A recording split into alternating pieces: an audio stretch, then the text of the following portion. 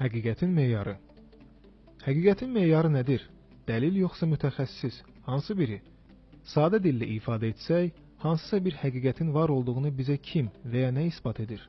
Başqa sözlə, bizi həmin həqiqətə aparan kanal hansıdır? Dəlil yoxsa mütəxəssis? Mənim əlimdən tutub, məni həqiqətə doğru aparan, mənə onu göstərən, məni onun varlığından xəbərdar edən kimdir və ya nədir? Dəlil yoxsa mütəxəssis?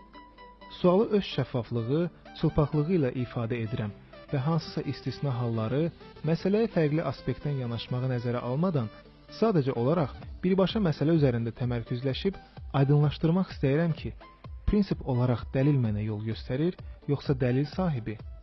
Daha dəqiq ifadə etsək, insan həqiqətə nail olmaq üçün prinsip olaraq dəlil mərkəzli olmalıdır, yoxsa mütəxəssis mərkəzli?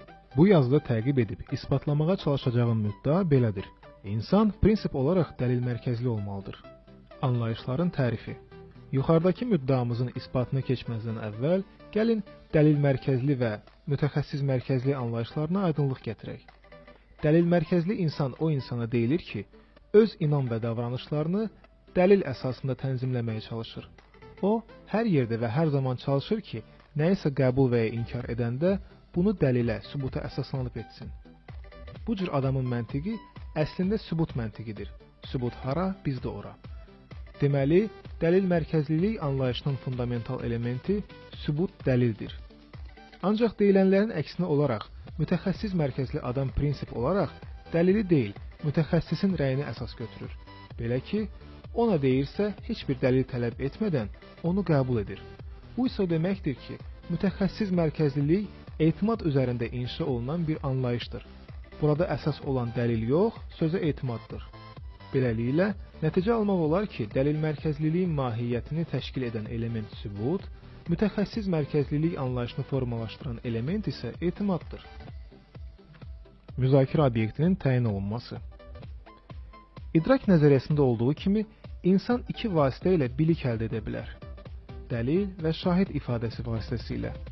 Yəni, insan ya hansısa bir dəlili görməklə onun tələbi əsasında bilik əldə edir, ya da başqasının sözünə, o cümlədən mütəxəssisin sözünə etimad etməklə ondan bilik əldə edir.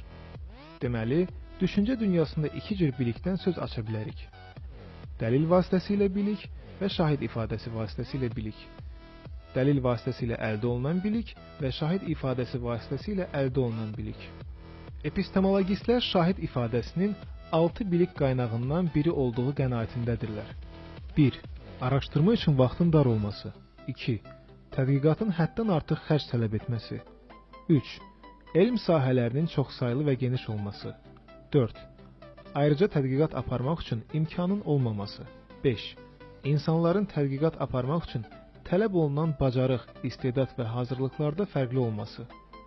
Yuxarıda deyilən bütün hallarda insan dəlil vasitəsilə bilik əldə etmək əvəzinə, şahid ifadəsi vasitəsilə bilik əldə etmək məcburiyyətində qalır. Bu əsasla, insan prinsip olaraq dəlil mərkəzli olmalıdır, yoxsa mütəxəssis mərkəzli dedikdə, yuxarıda qeyd olunan istisnaları nəzərdə tutmur və birbaşa olaraq bizi həqiqətə aparan kanalın nədən və ya kimdən ibarət olduğunu təyin etməyə çalışırıq. Onu da əlavə edim ki, yuxarıdakı sualda prinsip olaraq ifadəsi qeyd olunan istisna hallara işarədir. Yəni, insan adı keçən istisnaları nəzərə almayanda dəlil mərkəzli olmalıdır, yoxsa mütəxəssis mərkəzli?